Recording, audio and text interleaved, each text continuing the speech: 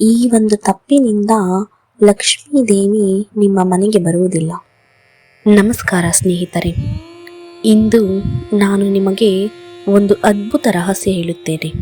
ನಾನು ನಿಮಗೆ ಹೇಳಲಿರುವುದು ಲಕ್ಷ್ಮೀ ದೇವಿಯ ಮಹಿಮೆಯ ಬಗ್ಗೆ. ಕೆಲವು ಮನೆಗಳಲ್ಲಿ ಏಕೆ ಸದಾ ಸಂತೋಷ, ಐಶ್ವರ್ಯ ಮತ್ತು ಶಾಂತಿ ಇರುತ್ತದೆ, ಆದರೆ ಕೆಲವು ಮನೆಗಳಲ್ಲಿ ಮಾತ್ರ ಕಷ್ಟ, ಜಗಳ ಮತ್ತು ದರಿದ್ರತೆ ಇರುತ್ತದೆ ಗೊತ್ತೇ? ಇದರ ಹಿಂದೆ ಒಂದು ಸಣ್ಣ ರಹಸ್ಯ ಇದೆ.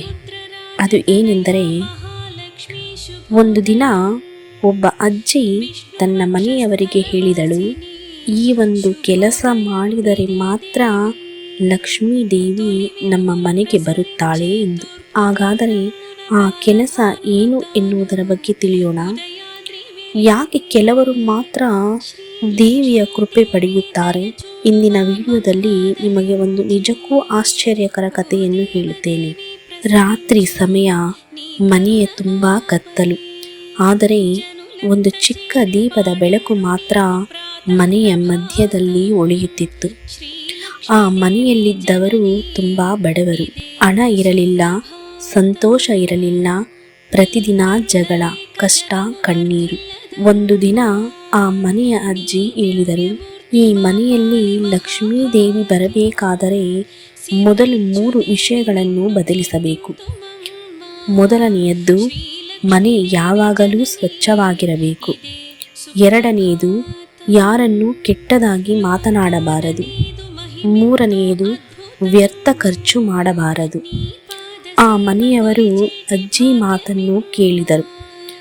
ಮುಂದಿನ ದಿನದಿಂದ ಮನೆಯನ್ನೆಲ್ಲ ಸ್ವಚ್ಛ ಮಾಡಿದರು.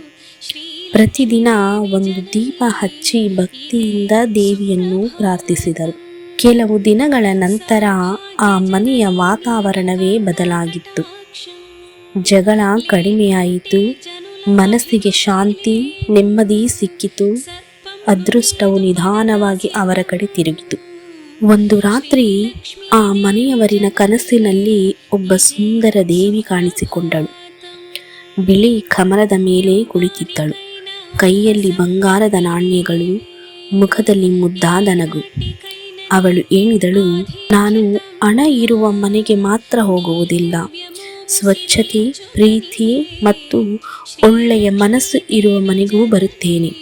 ಆ ಮಾತು ಕೇಳಿದ ತಕ್ಷಣ ಎಲ್ಲರೂ ಬೆಚ್ಚಿ ಬಿದ್ದರು. ಅವರಿಗೆ ಆಗ ತಿಳಿಯಿತು ಲಕ್ಷ್ಮೀ ದೇವಿಯ ಮಹಿಮೆ. ಲಕ್ಷ್ಮೀ ದೇವಿಯ ಮಹಿಮೆ ಅಂದರೆ ಕೇವಲ ಹಣವಲ್ಲ, ಒಳ್ಳೆಯ ಜೀವನ, ಶಾಂತಿ ಮತ್ತು ಸಂತೋಷ. ಆದ್ದರಿಂದ ಇಂದಿನಿಂದ ಈ ಒಂದು ಕೆಲಸ ಮಾಡಿ. ಪ್ರತಿ ಶುಕ್ರವಾರ ಒಂದು ದೀಪ ಹಚ್ಚಿ ಮನೆಯನ್ನು ಸ್ವಚ್ಛವಾಗಿಡಿ. ಯಾರಿಗಾದರೂ ಸಹಾಯ ಮಾಡಿ. ಅದಾದ ಮೇಲೆ ನೋಡಿ, ದೇವರ ಕೃಪೆ ನಿಮ್ಮ ಮನೆಯಲ್ಲೂ ನಿಧಾನವಾಗಿ ಕಾಣಿಸಿಕೊಳ್ಳುತ್ತದೆ.